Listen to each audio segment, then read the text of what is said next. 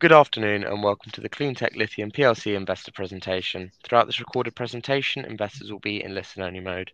Questions are encouraged and can be submitted at any time by the Q&A tab situated in the right-hand corner of your screen. Just simply type in your questions and press send. The company made it in a position to answer every question it received in the meeting itself. However, the company will review all questions submitted today and publish responses where it is appropriate to do so. Before we begin, I'd like to submit the following poll, and I'd now like to hand you over to Dr. Aldo Boitano, CEO. Good afternoon, sir. Oh, hi. Good afternoon. Good morning for me. I'm based in Chile, and that's where we're doing this seminar. Along with me, I'm CleanTech's CEO, and I have a background in civil industrial engineering and an MBA and a doctoral degree in the US is Dr. Steve Kessler, our executive chairman. He's a doctor in hydrometallurgy, and he's very experienced of taking projects from early development all the way into production, financing, construction, etc. It's a pleasure to have you all. We're going to be sharing a presentation, and at the same time, we want to highlight the recent public announcements, the RNSs.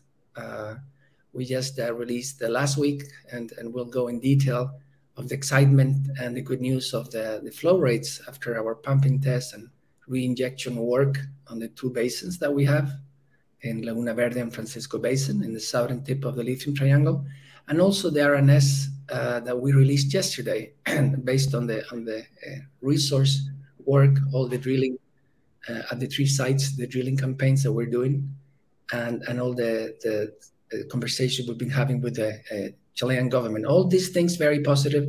We're very excited. There's been a lot of work for the whole team here in Chile and in the UK and our board in different parts of the world. So let's just start with CleanTech's a quick view, a snapshot of what we're doing.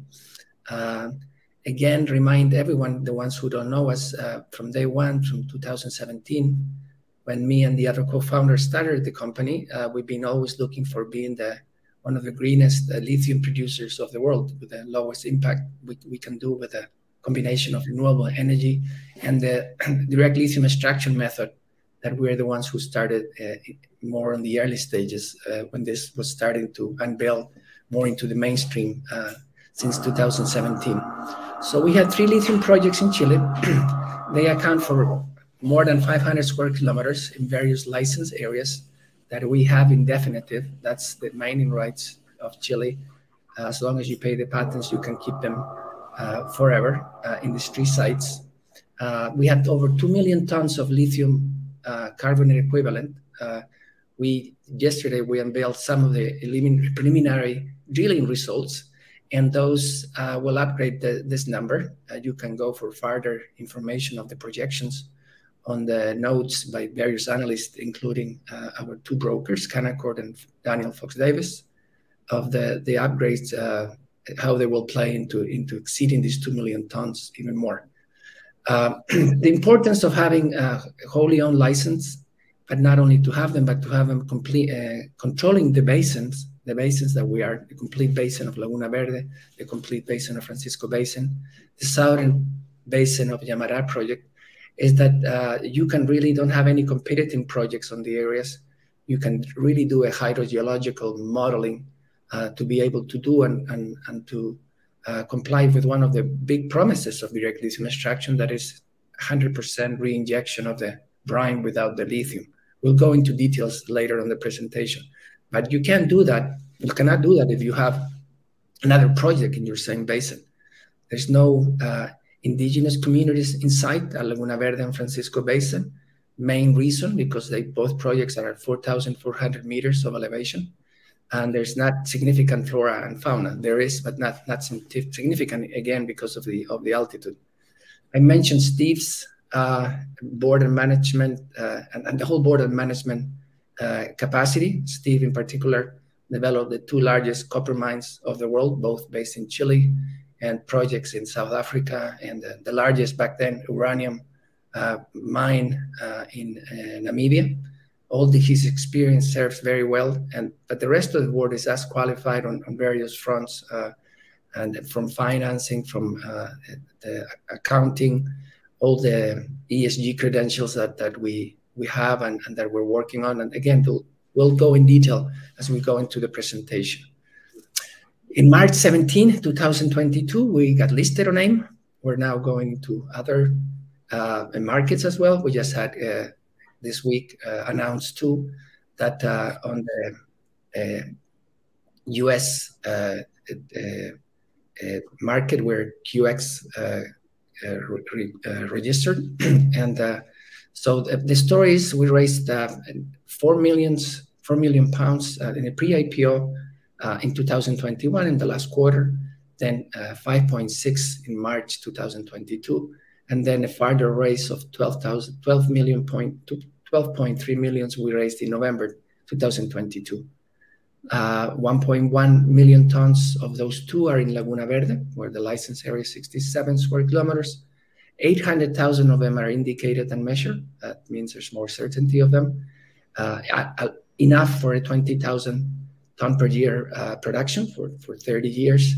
And Francisco Basin with 500,000 tons, mostly inferred, 305 milligrams per liter, the average, Laguna Verde 206.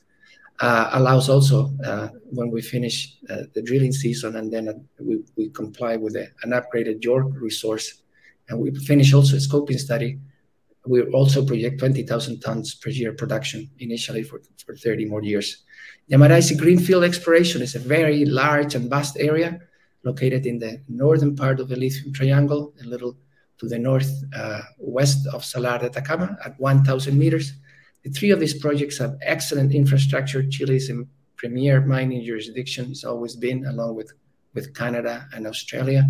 And that helps a lot, these projects and the early developments and the continuation of the projects into the future. Some key data, our market cap is around 50 million pounds. The share price has been around 50p on the recent days. Again, we're OTC QX in the US. We're also listed in Germany, and we're going dual listing with Australia. We also released this. We intend this on the early stages of the third quarter to be doing that. We're doing all the hard work and to be able to comply with the Australian ASX requirements.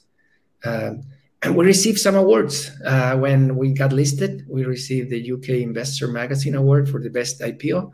We listed just when the Russian-Ukrainian war started, and we succeed on a successful raising. We also Forbes listed us as the top 4 lithium stocks, along with Piedmont and CLEANTECH Lithium and Albemarle. And mining.com on the top 10 lithium stocks to invest this year. And our 2 brokers are, again, I said it, the capital markets, Canaccord Genuity Capital Markets and Fox Davis. And Canaccord declared us the top pick on the mining sector and energy sector for 2023. One of the reasons we're getting listed in Australia, it's a significant percentage of our shareholders, around 30%, is from Australia. Regal Funds, an Australian leading fund in energy and mining, and also very important in Canada, has more than 16%. The board and management controls almost 20%, including me and Jason Baberstock, the other co-founder, but also the board and some of the executives. So that's one of the reasons we're listing in Australia, is the importance of Regal Funds and other investors.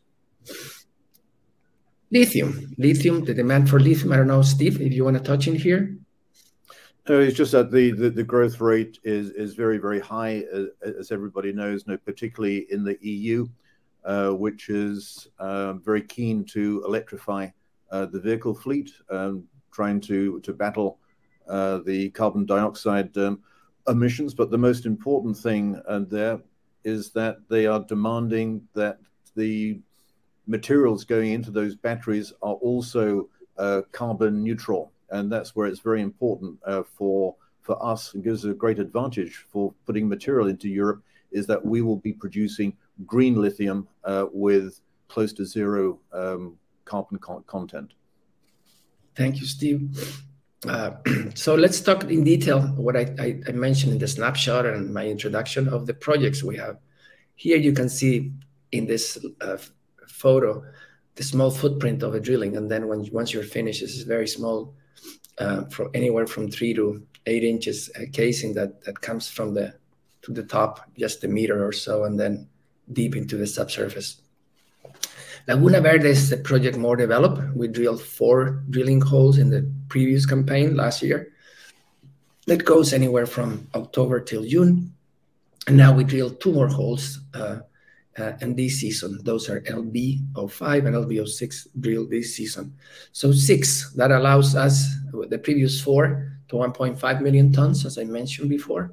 That was released in 2022. And now we expect to move that a little bit up, and then at the same time more measured and indicated with the 2 ones we just did. The highest grade we have on the completed wells is 417 milligrams per liter. There's a lot of geothermal activity in the area. All these brines comes between 20 and 30 degrees, and the average went a little bit high, the 203 milligrams per liter. This is all important for future production, but not only is important the grade, but at the same time the depth of the subsurface aquifer, more than 300 meters each. LB05, LB06. More details are on the just released RNS, was very complete and detailed if you want to check it up. But something what was very exciting is the flow rates. We had when we thought that with the hydrogeological information of the basin from our own geophysics and existing data from the Chilean government and authorities, we said, well, hopefully we'll get 30 liters per second. And we actually did that on the pumping test and the reinjection initial work. This is very, very important to confirm the bottom of our projected production with 20,000 tons 20,000 tons per year. We're doing the environmental baselines. We already finished the 4 seasons of assessing what is happening in this basin. Very important from the environmental impact assessment. And again, very, very happy of the results and the good work at 4,400 meters in the high altiplano here in Chile. The scoping study that came out, again, 20,000 tons per year production, 30 years of operational life. We have more than 800,000 tons of indicated and measured. We aim for 18 months construction. We'll be in production in 2026, starting construction in 2025, and currently working on developing more the resource, hydrogeology, environmental work, along with the community early engagement that is key for the path forward of the project, as they're not on site. They're 2,000 meters below, an hour and a half, 2 hours from our site, but we drive through them, and it's very important that we bring them early on, as we have done. We have a high recovery rate on our direct lithium extraction projection, more than 90%. That compares to 40 to 45% of evaporation ponds, the other way of producing lithium from the brine. The third way is it's out of rock, of course. The recovery rate at the plant is 94. The old recovery rate again is 85 compared to that 40, 45. It takes less time to go from initial work of construction into production. You don't have to build evaporation ponds, a much lower footprint, as I and Steve have mentioned. And this is the key financial metrics, around 400 million of a capex, the operating cost of a ton in dollars of a ton of lithium. It's around $3,900, and that's compares to around 3,500 of the evaporation ponds. We have a very conservative lithium price coming from Benchmark Minerals and Canaccord of 22,500. The payback period is just a little bit more than a year and a half. And this is all the calculations. The net present value of this project alone of Laguna Verde is $1.83 billion. Francisco Basin, who I'll touch later in the next slide, it's similar in evaluation. It's attractive economics. The government gets also a nice chunk of the revenue. along with the lines of the national lithium policy and what's been happening in the country. Again, I'll touch that a little bit later. So Francisco Basin, we have a big debate always internally and with some of our analysts, which project will be bigger, more significant, and even though they're in a similar size of basin and the drilling we've done and the resources we think will be similar. Something that came out very surprisingly is the flow rate of the hydrogeological work, 80 liters per second. That's very, very unheard in the lithium triangle, and in particular for us, that's one well producing with various calculations. This is just a raw figure, around 4,000 tons per year. Will mean a lower capex when we do the work of the 20,000 tons per year and all the assumptions, and less construction on the pumping and the aqueducts that bring the brine into the facility of producing via direct lithium extraction. But I got a little bit ahead of the story of Francisco Basin. We drilled one hole, FBO1, very well constructed, that came out now with this excellent flow rates just a couple of weeks ago that we announced. We are drilling FBO2, FBO3, FBO5 originally campaign. We're doing that, so we're close to completion. But we added 2 more wells, FBO4 and FBO6. That's as we got more knowledge of the basin and the drilling improved. That's why we added 2 more wells. So we're going to have a very nice resource update. Again, move from the inferred capacity, inferred evaluation into indicated and measured. We already have to sustain 20,000 tons per year production. The average lithium rate of FBO1 it's higher than the one in Laguna Verde, 305 milligrams per liter. We're doing, as in Laguna Verde, all the work of environmental baselines. We're going to have a scoping study. Then it will follow up by a PFS. I forgot to mention in Laguna Verde, we're working already with the PFS with Worley. And again, this will move into a project of the caliber of Laguna Verde, and will bring another big evaluation of the value of the company. Working hard, a very experienced team, both in Chile and the management in the UK and the board, and very pleased to see this project also going forward. You can see some of the infrastructure in the roads already in place. There's even cell phone coverage here with the existing gold mines so close in the area or around the area where we are. The same for Laguna Verde. It's an international highway that goes through it, paved and everything. So Yamara, this is much northern, as I said. You can see at the bottom of the presentation the geophysics that we acquired from an early oil and gas exploration from the government many years ago. The light magenta color shows high conductivity or low resistivity. That it means there's brine down there, and it's a big, thick subsurface aquifer of brine, a little bit deeper than the one we have in Francisco Basin and Laguna Verde. By the way, the geophysics in those 2 sites has been ratified by the drilling. So we know there's salty brine down there. The question remains of how much lithium there is. We drilled, we went more than 300 meters, actually 321, and we found gas. The Chilean government looked for gas many years ago, didn't find gas, and then we were looking for lithium, and we find some shallow gas. We moved to a new position. We're following evaluation of seismic data to avoid finding gas again.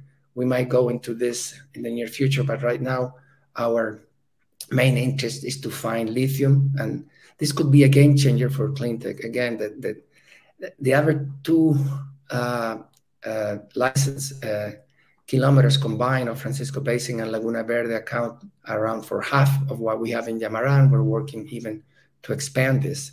So if we find brine and the lithium content it's enough for our DLE, direct lithium extraction work, then this could be again a very much a game changer. We're fully financed on both projects, Laguna Verde and Francisco Basin, all the way into the completion of the PFS, the pre-feasibility study again that we're doing with Worley. But Yamara, it's something that, again, could be a game changer, and it's part of the reasons we're going to Australia, on top of the importance of our shareholders there, and to have another major stock market with us. It's an ability to raise funds to expand this project as we think the drilling goes forward well. So what's our vision? Steve, you're the executive chairman. Just lead us through. In terms of our current program, we are looking to determine the resources across all three projects, and demonstrate the economic value of the projects by completion of the scoping studies and pre-feasibility studies. Unlike most other junior lithium explorers, we have not sought to give out any offtake contracts, non-binding offtake contracts. We believe that is premature. We'll be better placed to undertake those discussions with potential off-takers and potential strategic partners at the end of this year, when we've completed the pre-feasibility study of Laguna Verde. We will know all the economic value of the projects, the size of the projects, and then clearly there'll be potential partners very much interested in coming into those projects with us.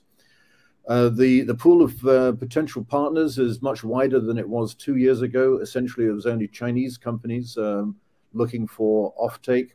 But as the world is electrifying its vehicle fleets to ensure security of supply, we're now seeing even the car manufacturers entering this space.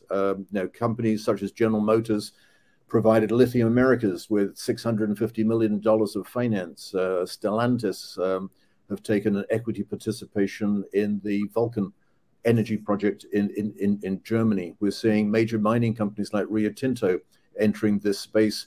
And clearly there's all the trading houses in Japan and Korea and the battery manufacturers all wanting security of supply. So we believe that by the end of this year, we're very well positioned to enter into substantive discussions. And the quid pro quo is, if you want offtake from us, how are you going to mobilize the construction capital to get this project into production? So basically that's our strategy, making sure that we will engage during this year and meet up with people, but no substantive discussions until the end of this year. Yeah. Thank you, Steve. Yeah, we've taken some of those future or potential future off-taker partners to site. They're very impressed with what they found. Again, we can't disclose who have been talking in an early stage with us, but very exciting news. So let's have a snapshot of direct lithium extraction. This has been around in many years, 20 years, enlivened in a project in Hombre Muerto in Argentina, formerly owned by FCM. They are extracting the lithium without the series of evaporation ponds with a resin. But then it started to be more mainstream when we started in 2017. By 2019, Sun Resin, who now partner, a major resin producer of the world, the largest one, it's a $4.5 million market cap public company. They constructed 2 projects in China and partnered with and bought subsidiaries, wholly owned subsidiaries in Belgium, who were working on the piloting stage with them, and many others. You need for the brines that are being developed, the projects that have lower brines than the traditional Salar de Atacama, who is a very high grade.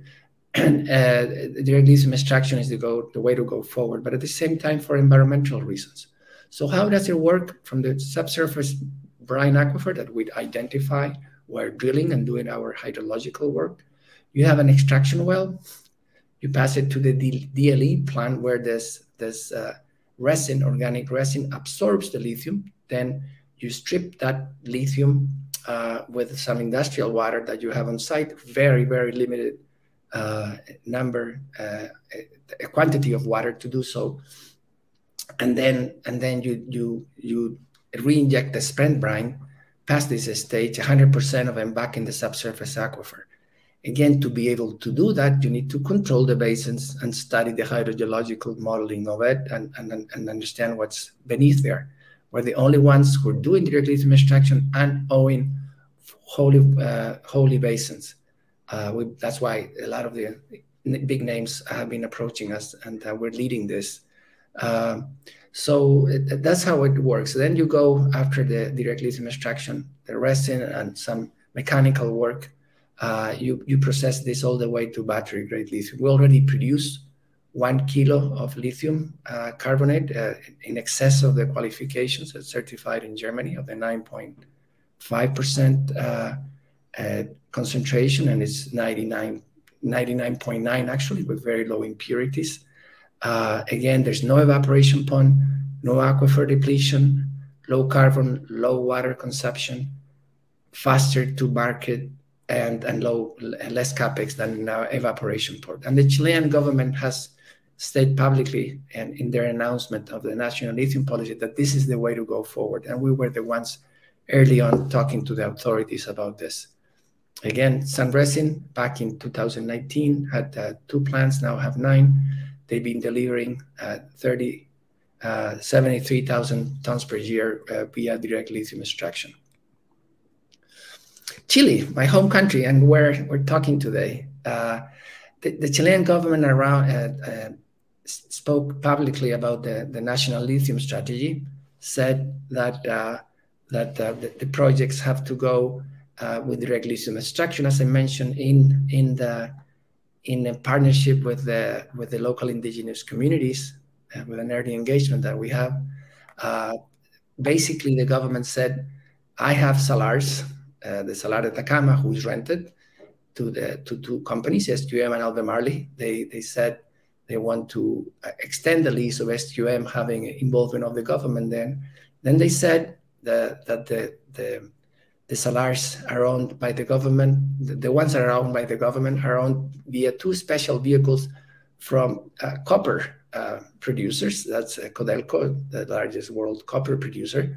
They have a special vehicle of lithium, and it's drilling in Maricunga, a salar farther south from Salar de Atacama, who's within the region. We have Laguna Verde and Francisco Basin, but there's many others there. There's lithium powered and a South Korea and a Chilean joint venture group, and they're working together towards developing that. And again, especially with the direct lithium extraction and all the reinjection, they need to work in collaboration, and that's what the government has signaled. But there's 5 more salars owned by Enami in our region. We see this as very positive for us, as we have all the work and the resources and the knowledge of drilling, bringing projects into resource evaluation, then the engineering work of scoping study, PFS, plus the direct lithium extraction work, where we have a small unit in Copiapó, the nearing mining town, where we're working on the water modeling, water balance, and the metallurgical processing of the direct lithium extraction, and where we have at the same time a commission will be installing this in July this year, 1 ton per month production of lithium carbonate from our 2 sites, Laguna Verde and Francisco Basin. But the last thing that the government signaled, and they've been very positive with us, we've been talking to the mining ministry, there's publicly announcements of that. And at the same time, we've been talking to Invest Chile, who leads the foreign investments into Chile, and also been talking to these entities that I mentioned. They want to create incentives to partner in a minority stake with companies like us who are going into closer into production. Again, Laguna Verde is aiming to be in 2026. We could go on our own and present our applications for operation. We have them written and everything, but we really want to have a value created with these incentives that the government is saying for partnership with any minority stake, and waiting for that to happen. And can't tell you everything, but we're working very extensively on that. And again, we tick all the boxes of the technology, of the advancement of the project, wholly owned license, wholly owned basis, experienced team, and even 45% of our workforce just by merit is women. That's another important thing and rare on on the mining world. So what everything is happening, as Steve mentioned, the whole world is going into EV, especially incentives in the US. We're the only country that's producing lithium and has a free trade agreement with the US. Actually, last night I was in a dinner where the Chilean president and the mining ministry and the highest authorities were, where we were celebrating the 20th anniversary of signing this free treaty. Why is it important? Because the recent Inflation Reduction Act that the US government released requires that 80% of the minerals in the battery to be sourced from the US or free trade agreements. And again, we're the only ones.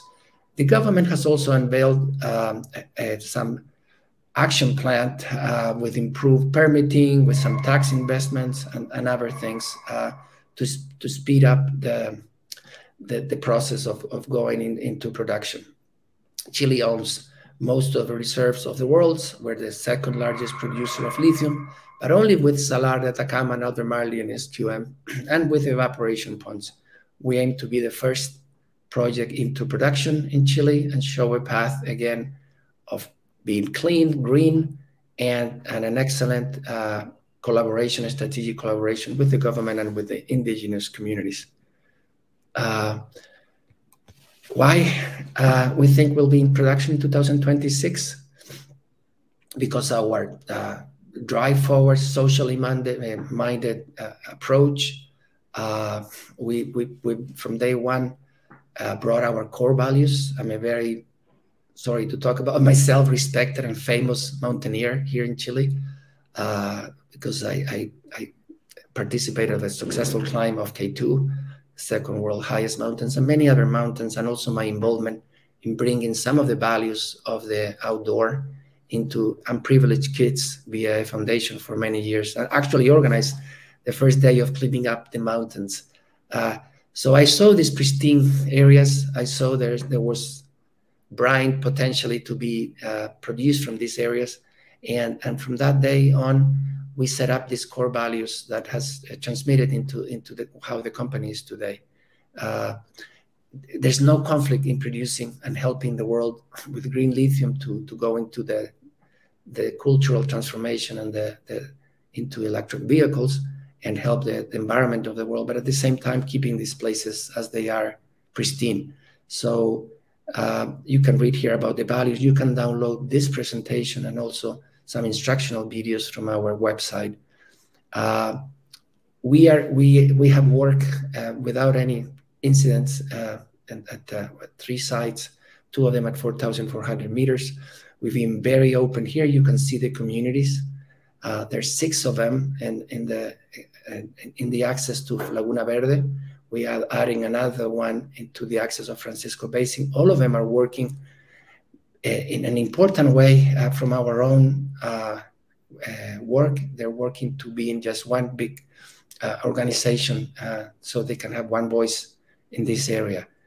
We've been taking, before we drill, we've been taking them to the drilling sites. While we're drilling, we're going to take them when we close the wells to see what we're doing.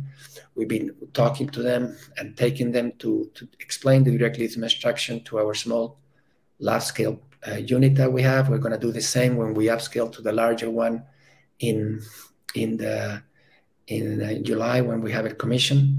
I've been going to radio shows, bingos, along with other people from the company. We have our operations in Copiapó. We're really doing our best from our heart to engage everyone and to have a successful project in the area. And it's been well received. Steve, our roadmap to raise the capex we need for our funding, if you could help me here. Yeah.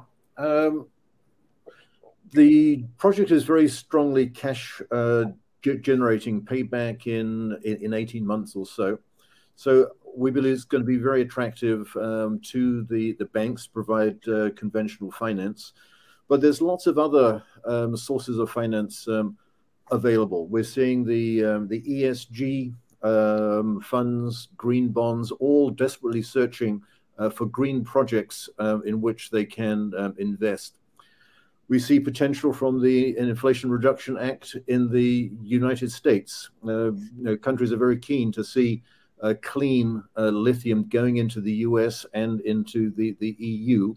And there will be support funding available from import credit agencies like KfW in Germany and OPIC in the United States. And clearly at the project level, when we bring in a strategic partner, they will be investing in the equity in the underlying projects that we have. There's also potential, there's royalty companies, streaming companies. So there's a whole battery of potential sources of finance. And towards the end of this year, we will engage a financing consultant to assist us in what is the best mix of the finance that we'll put together. Now, each project is 400 million. It sounds quite a big sum for a junior, but for a mining project, that's quite a modest ask. So we don't believe there'll be any difficulty in putting a financing package for 400 million together. Thanks, Steve. So our path into production, again, a short lead time, and we'll take questions after this. We have a proven direct lithium extraction technology. There's plants operating in Argentina and China. Not only we've been working with Sunresin, who is among all the vendors, they're the only ones who sell you the technology as a traditional, and the machinery and the installation as a traditional vendor. There's other vendors out there, but they have been they have more of an equity approach. We actually turned down Lilac, who successfully it's working on this front, but basically because it's a black box technology, we keep talking to all of them to see what resin that can they provide. There's also resin producers that we're testing. But again, we're going a sure path with Sunresin into the future as the only ones who are successfully have escalated from piloting into production their DLE technology. Again, I mentioned excellent infrastructure. Chile is the highest per capita country of Latin America. We have credit ratings sometimes higher than the ones in the UK.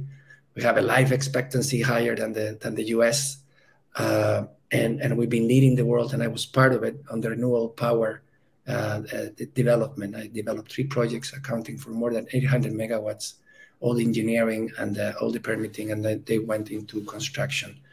Again, roads, ports, energy, and everything. Within a kilometer or so of Francisco Basin, there's a substation with enough capacity to have 100% renewable energy on the project. And in Laguna Verde, it's only 52 kilometers away. That's very close. All the right to operate and the early work, and with not significant flora or fauna to disturb, and indigenous communities who are not on site, and we were working with. The government has been very supportive publicly and privately. As Steve just mentioned, we're financed for getting to our PFS stage, and then for grow. We're holding off on these strategic partners and offtake agreements past the de-risking of the project once we are finished the PFS of Laguna Verde, and all our ESG focus. With this, we'd like to take some questions and pass it back to you at Investor Meet Company. Yes, Aldo, Steve, thank you very much for your presentation. Ladies and gentlemen, please do continue to submit your questions just by using the Q&A tab situated on the top right-hand corner of the screen. We have received a number of pre-submitted questions from investors, and I want to start off the Q&A session with these. The first one reads as follows. What are the key highlights on the news announced yesterday, and what are you most encouraged by? Well, I'll take this one. I'm very encouraged by the fact that the grade of what we have drilled and the new work that we have done on the hydrogeological modeling and the flow rates sustain the claim that we can at least produce 20,000 tons per year. The significance of having those rates, 330 liters per second in Laguna Verde, who's high, and the extremely rare and very high 80 liters per second on Francisco Basin means that our CapEx are within what we have projected and studied on the scoping study. It was like a preliminary economic assessment for Laguna Verde. And it means very likely that it will be less CapEx in the Francisco Basin or higher production. So those two things on those two more developed projects, a more certainty and less de-risking of the project as going forward is very important. And Yamara, we drilled 321 meters, the ability to drill fast, and the fact that we were starting to get some salty results. Of course, the gas changed everything, and we have to move and close that well. So it's giving us indications that we're going to find salty brine down there. And now, again, we need to confirm the lithium grade. And it's so vast that we're interested and happy about it. I mean, really motivation. And a good thing for the whole team here. We got very excited of the work coming public. Perfect. Thank you very much for that, Aldo. Steve, maybe one for you. Regarding yesterday's news, what does the average grades mean? If the grade is higher, how does this impact operations? Okay, well, when we drill each hole, we drill through the aquifer thickness. As an example, LVO5 is 375 meters thick. We take samples every 6 meters, so we have 62 samples down that drill hole. We analyze each one of those 62 samples and then declare, the range was 175 to 315 grams per liter, and the average of those was 202. So we get an average grade for each of the drill holes. And what grade means is the higher the grade means that you need to pump less volume to the plant to produce a fixed amount of lithium carbonate. That means the higher grade, the less drill holes you need, the less piping you need, the less operating cost for operation of those pumps. So higher the grade, the better. Perfect. Thank you very much for that, Steve. One addressed to you, Aldo. You said you were surprised with the pump test at Laguna Verde. What does this mean, and why were you surprised? Well, when you drill and you find the subsurface aquifers who are semi-confined or confined by clay on top of them, meaning they're above 1 atmospheric pressure, you just think of all the projects that are out there. Lots of them are at 15 liters per second. And you find at LB they're 30 liters per second. And again, Laguna Verde, 80 liters per second. That along with the grade that Steve is mentioning, the thickness of the aquifer, and the ability of the subsurface aquifer to give you a high flow rate to extract, it means the operations it's more simpler. You can aim at least for the 20,000 tons per year, if not higher, and it's less wells, so it's high. It is high. It's rare actually. The 80 liters it's exceptional, and 30 liters it's very good. We're very, very happy. I mean, the surprise is because in the sector you have much lower, 15 liters per second, and other companies are very happy about that number. Perfect, thank you. The next question here reads as follows. The re-injection test at Laguna Verde are first in Chile for the lithium industry. What are the benefits of this? What are you trying to test, and what is a good outcome?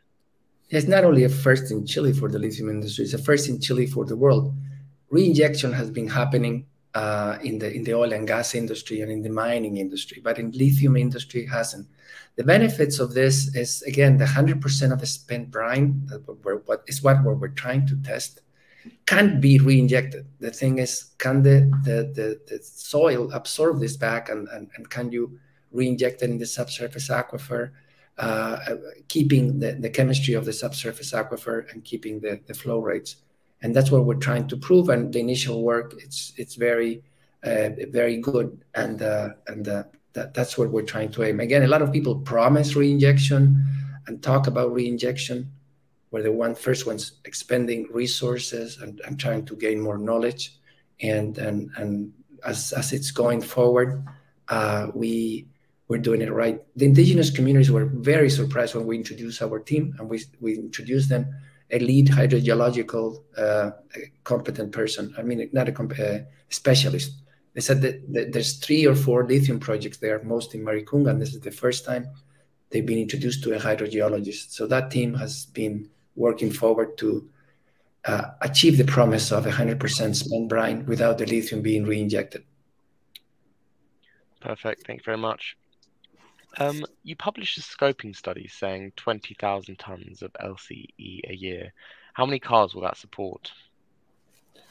Well, I think if you look at the cars, you've got a range from the small city type cars with low range and not so powerful, all the way up to the electric Porsches and Tesla S. And the more powerful cars and the ones that have longer range have larger batteries. So you end up with the small cars will maybe have a 20 kilowatt battery, the larger ones 80 to 90 kilowatt batteries. And the more kilowatts, the more lithium is used. So you probably get from 20,000 tons about 300,000 batteries to supply a Porsche, and maybe 1 million to power a sort of Chevrolet Volt type city car. So depends on the size of the car and the power of the battery, but somewhere in that 300,000 to 1 million. Perfect. Thank you very much. Stephen, maybe another one for you. Where do you want CleanTech Lithium to be by the end of the year, and what potential can investors expect?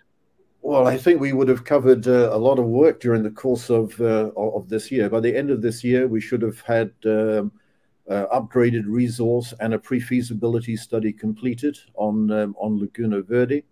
We would have done the upgraded the resource on Francisco Basin and scoping study completed at Francisco Basin. We would have done drilling at Yamara to demonstrate whether we've got a real project there. We would have installed the Sunresin pilot plant, expected sort of August this year, and have results from that pilot plant producing battery grade lithium carbonate and or hydroxide by the end of this year. We would have been dual listed on the ASX with the news flow, and with the listing on the ASX, we would expect our share price to significantly appreciate during the course of this year, get closer to our peer group who are already listed in Australia. We should have submitted our sales, the operating contract that we need from the government, and be in negotiation with the government on that. And at the end of this year, we should already be in discussion with potential off-takers and strategic partners, and starting the process of selecting where do we want to sell our material to, and who do we want to come in as a long-term partner. So I think a lot of work is going to go during the course of this year, and we'll be in a very good position by the end of this year for the next stage of going towards construction and into operations. Perfect. Thank you very much. Steve, another one for you. How do you evaluate the investor meetings and conferences you have attended since the beginning of the year? Do you find it successful, and how is the feedback to you? Oh, it's extremely important. You can have a very good project, do lots of work, but unless you tell people what you're doing and where you're going, nobody will know. So we've been attending conferences and having meetings with investors in Europe, well, in the UK, in Germany, Switzerland, United States, Singapore, and in general, the feedback that we get is very, very positive towards the project and what we are doing in terms of wanting to produce green lithium, i.e. low carbon footprint, low water use, in comparison to the big producers using evaporation ponds in Chile or the hard rock miners in Australia. And there's a good recognition that we're going to be in a very good position to provide our green lithium into the EU and the United States. I think the one caveat in recent meetings over the last month is, since the announcement by the government in Chile on their national lithium strategy, how it's been misconstrued by the world's press, who are talking about nationalization when it's anything but. It is the government trying to attract private investment to expanding the lithium production capacity of Chile. And we're part of the messaging in trying to explain to people exactly what the Chilean government is trying to do. Perfect. Thank you very much, Steve. Aldo, one for you. How is the investor approach after Chile's national lithium strategy announcement? What are the risks and benefits of the strategy? And what is your likely worst case scenario? Okay, well, already Steve just mentioned that it's misjudged around the media in the world. Again, Chile, the government owns the Salar de Atacama, rents it. Codelco owns a salar called Pedernales within our area, part of Maricunga, and Nenami, 5 more salars. Those account for a big percentage of the reserves of Chile. So how can you nationalize something that the government owns with the mining licenses? Is the opposite. They're bringing, and that's what we said in the RNS, it's an opportunity for us to engage in those development of those salars. As the government said, they don't have the resource of the knowledge to develop them. And we are in the area of those, in the Laguna Verde and Francisco Basin area. And then they said small projects, projects were not strategic like us, only Salar de Atacama and Maricunga have been declared strategic, have to go into production fast. And they will, again, try to create incentives for this partnership with the government in minority stake. So we take it as very good. What are the risks and benefits of the strategy? The risk is that we get in a sort of a bureaucratic or a political conversation, and this gets delayed. Gotta remind everyone that Chile has turned significantly to the right and more pro-business, with the Congress being a little bit more than 50% tilted to the center right. The center left is also pro-business. Actually, this government was the first one who took a step forward to develop the lithium industry. And then we're going to have a new constitution that's going to be voted in December 17, and it's more than 70% of the group working to agree or not on what it was submitted as a panel of experts only a week ago for them to debate, is again from the center right.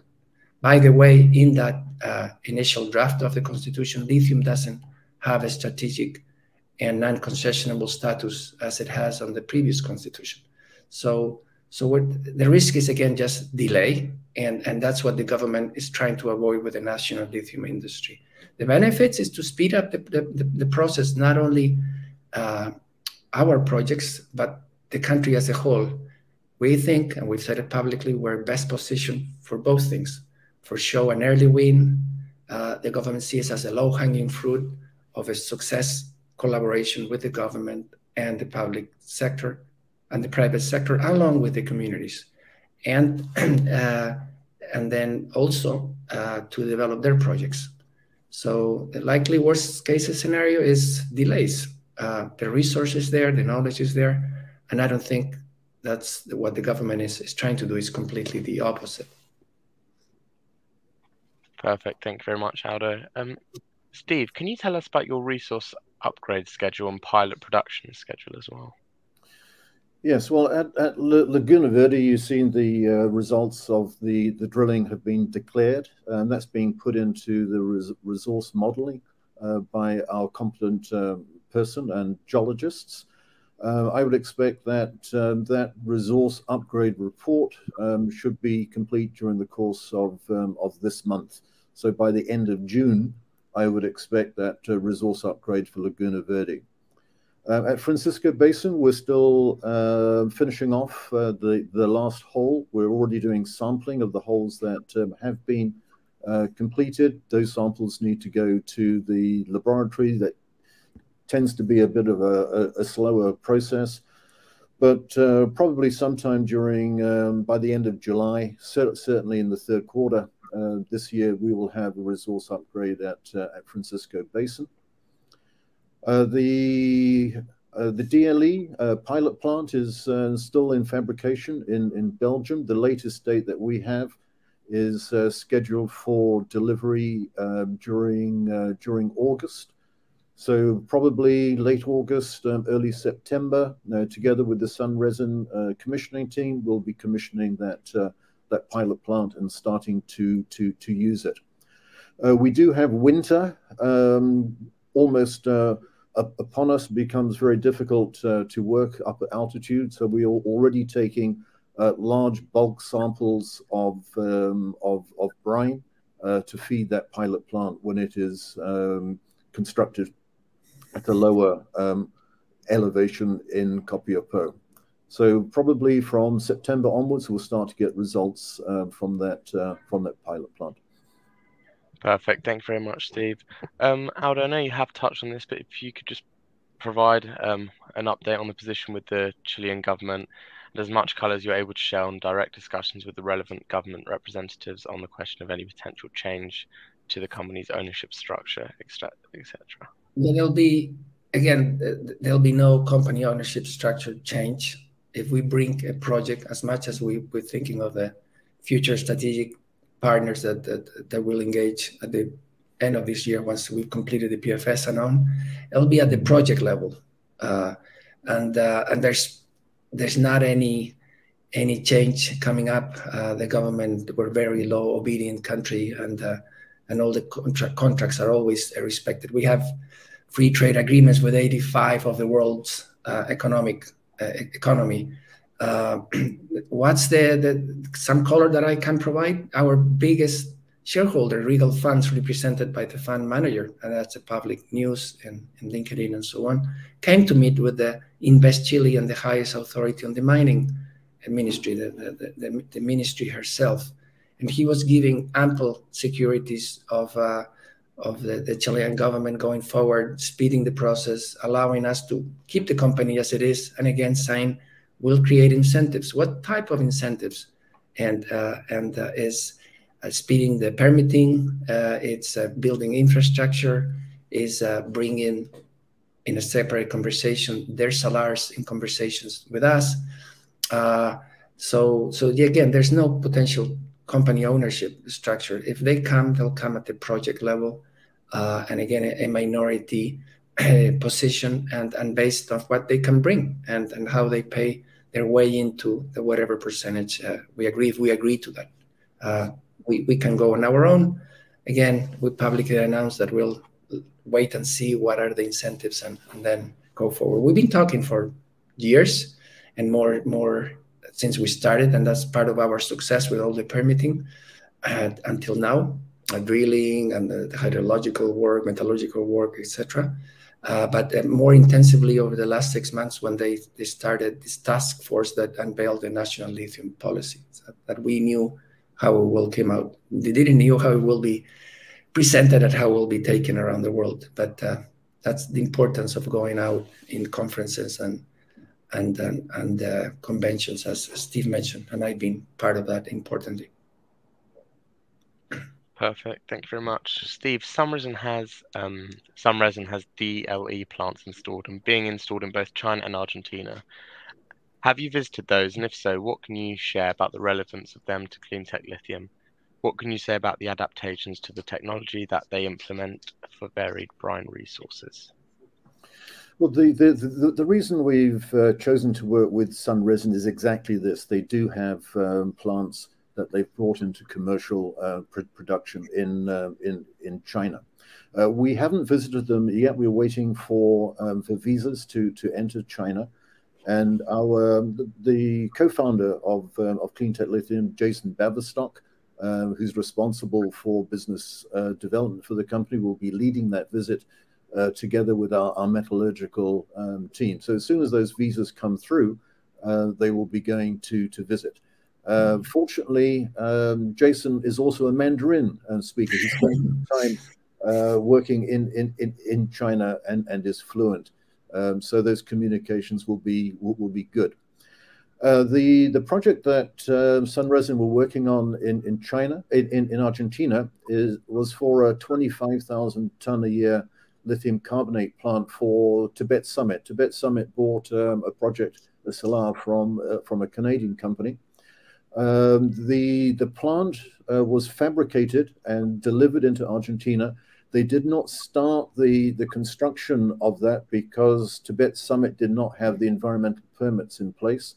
They've been working on those, and I understand that they now have them because 2 or 3 days ago, there was an announcement that Tibet Summit have awarded a $1.7 billion contract to Sunresin to provide two 50,000-ton lithium carbonate plants and two salars in Argentina. So they're both moving very, very strongly.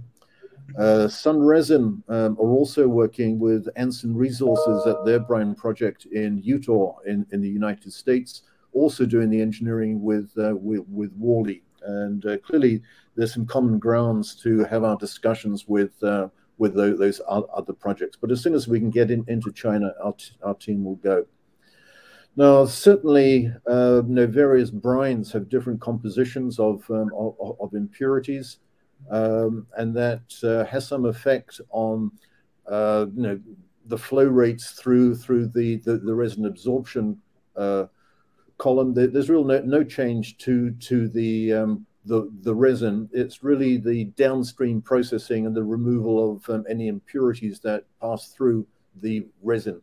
There's some changes to the process in terms of the ion exchange to remove boron or calcium or magnesium that came through, but not real changes to the plant. They're very flexible plants.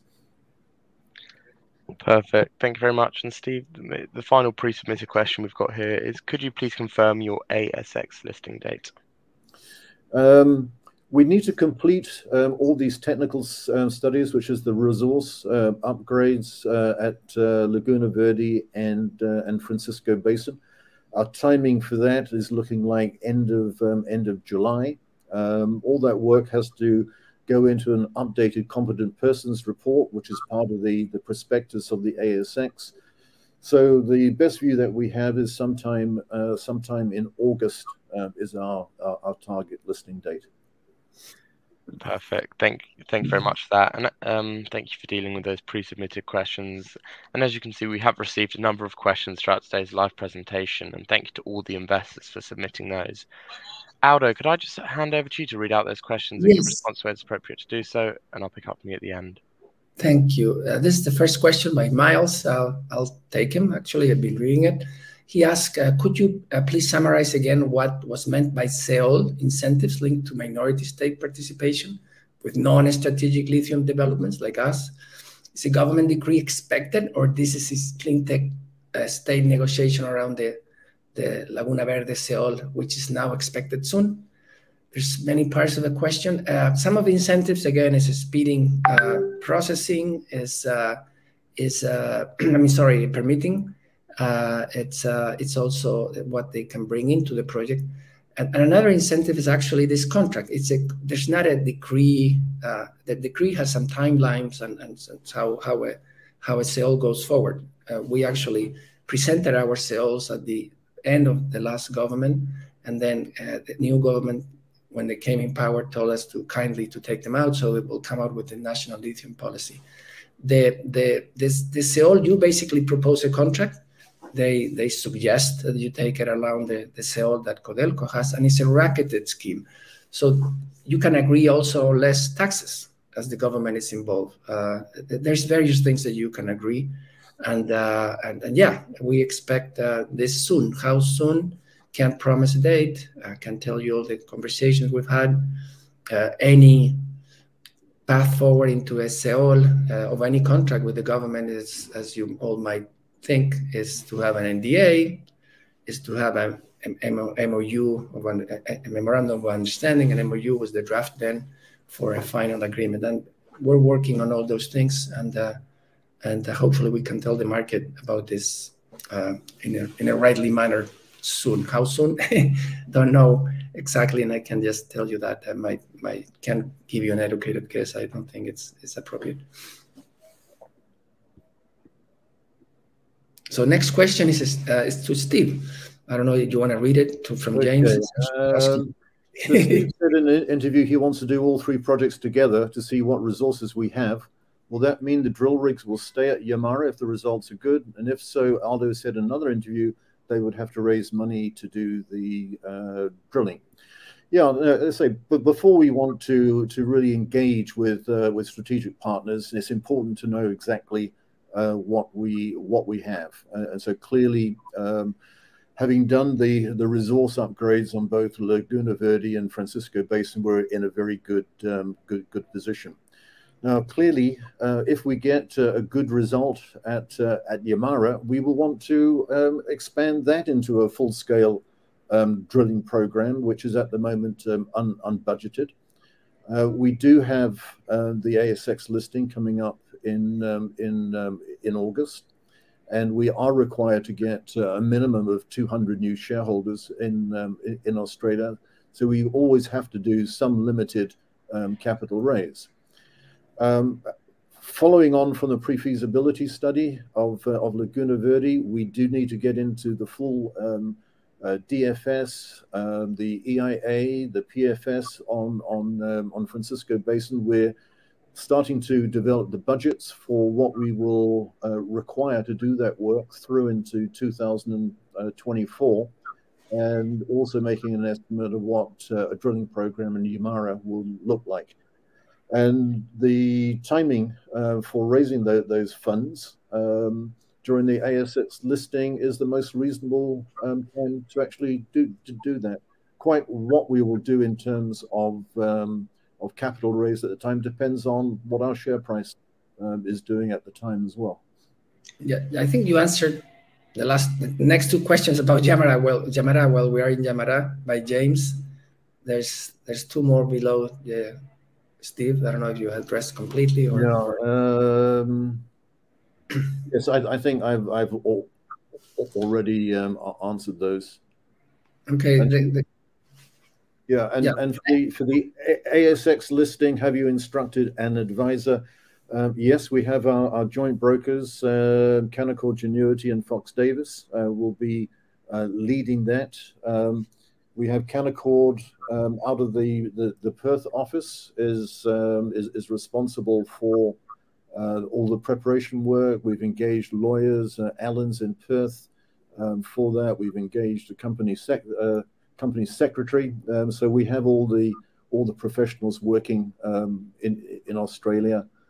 The competent person is the same that did the competent persons report for AIM. That's Montgomery and Associates. So they know the project very, very well.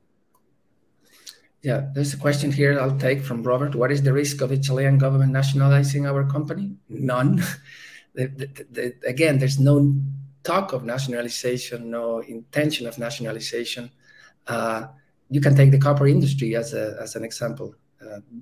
I don't know, 50 years ago, Codelco was created through a nationalization, and then the country developed since then many times more. The copper going into production and producing, and Steve is part of those two large projects, Escondida and Collahuasi, and there are many others.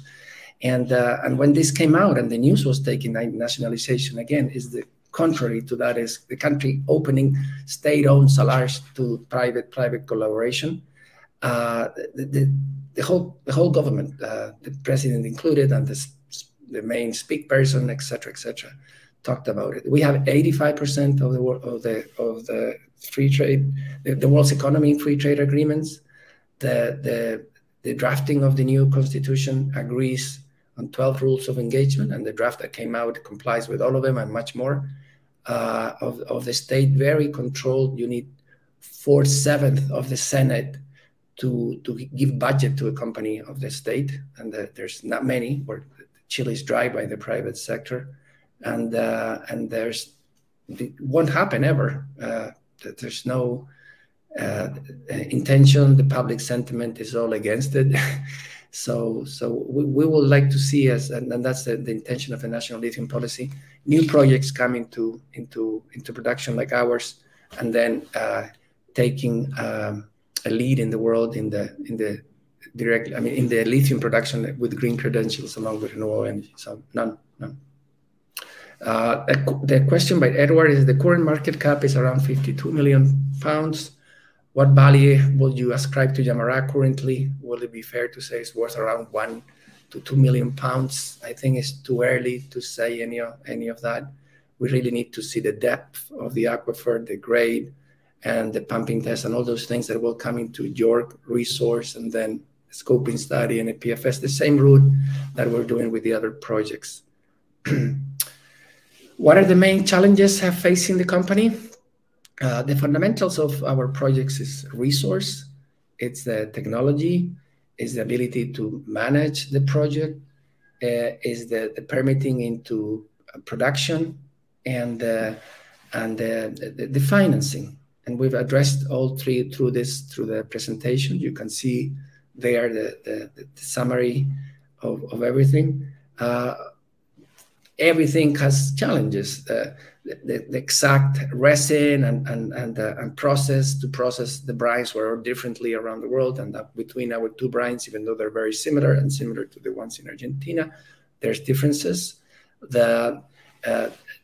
Bringing the people with the knowledge forward is something every day we have challenges when we're hiring or we're having advisors to be contracted. Yeah, there's challenges, but nothing that will stop the project going forward. You want to add something, Steve, to that? No, I think the two main areas for a project is getting community support for a project. We've seen lots of projects in places like Peru get stopped because companies did not get the community support. So the work that Aldo and his team in Chile is doing is vitally important at making sure that the community is fully behind the project. So that's essential. The second part, when you're developing any large project, is creating the operating team that's got the capability to execute the project. We've done tremendous work in the course of the last year, going from 2 people on listing in March to an operating team of 30 today, handling these various studies. And during the course of the next 18 months, it's developing the team even more to have the ability to manage the construction and the operations. So it's community support and permitting, and it's developing the execution capability for the project. There's more questions about Yamará. What salinity readings were obtained on the first Yamará well water samples? Just can't, because it's not on the public domain, but there's indications of salinity. While we drilled in all these 3 locations, you do a TDS, a total dissolved solids, and before you send it to the lab, sometimes is mixed with the biodegradable mud. And I can tell you that we know a lot about drilling, and because they're the only ones doing it for the 2nd season. And the few samples of salinity, because we went to drill much more, are encouraging. And that's the same question by Miles about the success of Yamará. We have to see the grades, and that's very important. It's an early stage. We're optimistic because of the size, because of the encouraging geophysics, and because we just started to hit the salinity, and then we had oil, we had gas. So we have to try it again. I think this question from Colin is to you, Steve. The comments about European offtake. Yes. Well, clearly the EU and the United States want to lessen their dependence on China for batteries and for those materials going into batteries. What's tending to happen, we're now seeing Chinese investment going into the United States and into the EU to develop battery plants in those locations.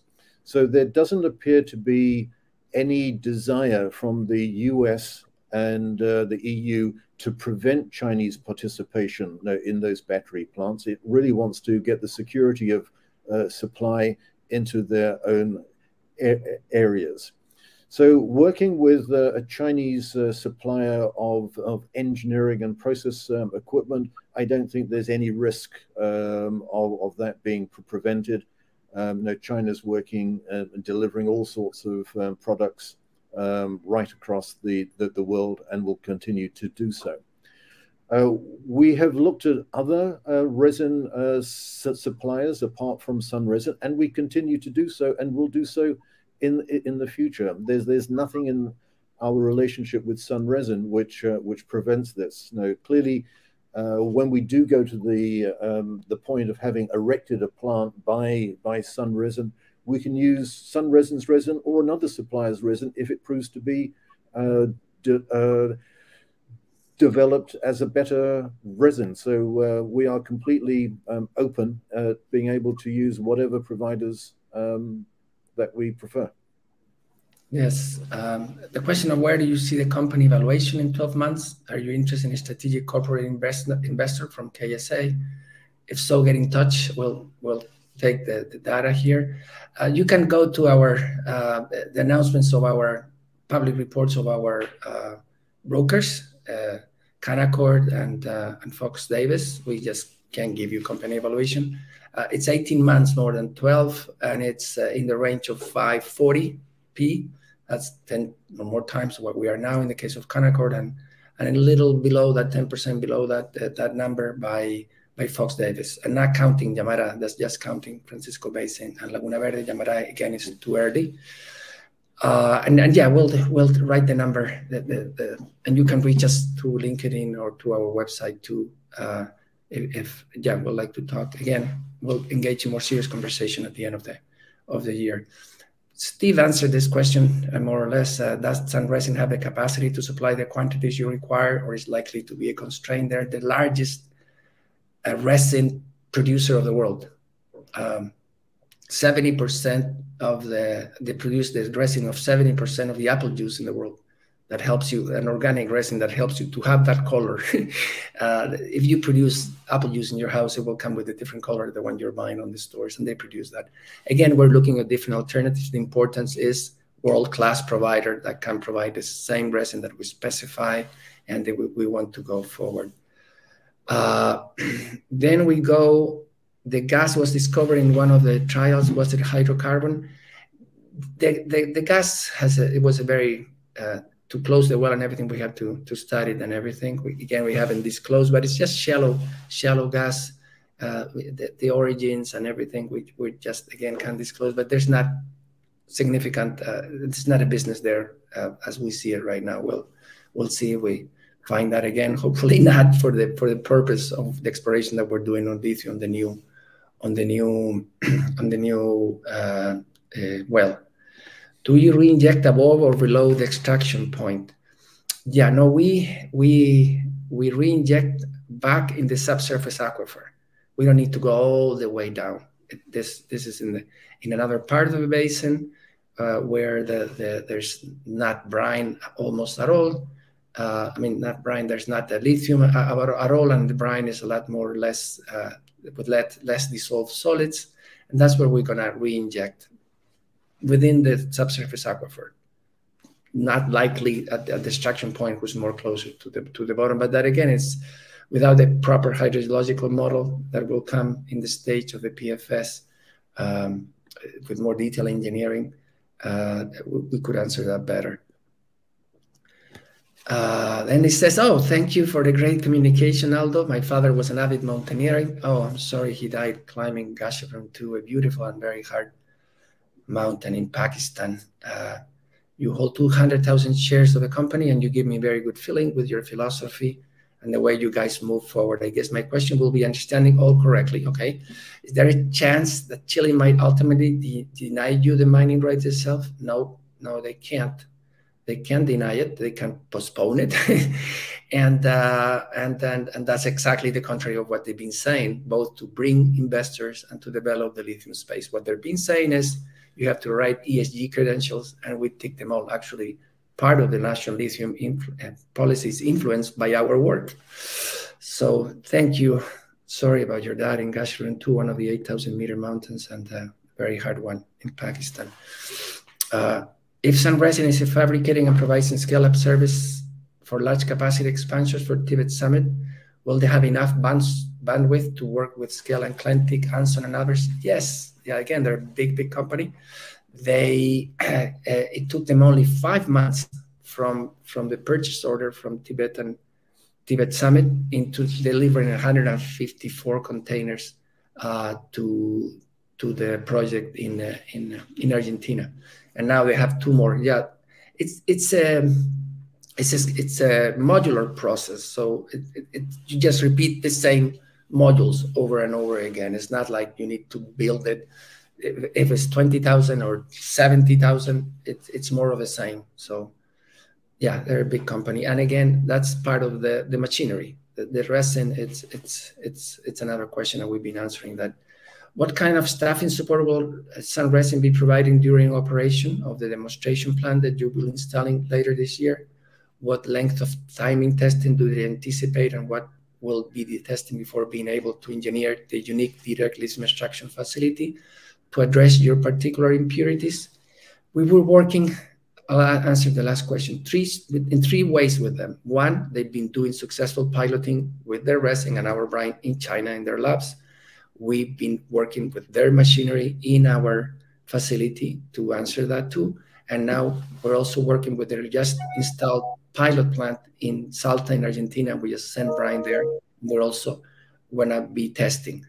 That will come soon. They will provide staffing for the initial construction. Small, we're going to have some hundreds of contractors constructing the plant, and then they will supply a small number of them to both install it and teach us how to operate. Chile has one of the most highly skilled technical persons in the world. Is the headquarters of mining in the world. Is by Bechtel is here. My dad worked there for many years. The head of the Mitsubishi Group on mining, who has 40% of Mitsubishi's revenues here, Booz Allen and many other companies, and Chile does a lot of engineering for mining projects around the world. There's a lot of technical capacity. We have people from SQM, Albemarle working with us. DLE is just a portion. It's just a resin, a multi-valve system. There's other things as reverse osmosis, force osmosis, the lithium sodium carbonate with sodium carbonate, and all those things are known and been happening for many years, not only in the lithium industry and others. There's not much need other than the installation and the operation. We're actually operating part of that in just a small lab scale, and we're going to be doing it. So we're very not optimistic. Our work is giving us assurances that we'll do it right. That's the last question. Aldo, Steve, thank you very much for that. You've been very generous with your time and actually managed to answer every single question from investors. And of course, the company will review all the questions submitted today and will publish those responses out on the Investor Meet Company platform. But just before redirecting investors to provide you with their feedback, which is particularly important to you both, Aldo, could I just ask you for a few closing comments? Yeah, I think three things are important. We have this green low emission lithium production with using direct lithium extraction in a leading mining jurisdiction as Chile. We have a board and management experience of delivering projects from early exploration to production, and Steve can attest to that. So it's a very unrivaled opportunity to invest in this undervalued lithium opportunity, and encourage you to do so. For the ones who are already in, thanks for trusting us, and we'll be delivering more news and keep delivering, going the process forwards, and for the other, again, to invite them to invest. And thanks for your time, all of you. Aldo, Steve, thank you very much for updating investors today. Could I please ask investors not to close this session, as you'll now be automatically redirected to provide your feedback in order that the management team can better understand your views and expectations. This will only take a few moments to complete, but I'm sure will be greatly valued by the company. On behalf of the management team of CleanTech Lithium PLC, we'd like to thank you for attending today's presentation, and good afternoon to you all. Thank you.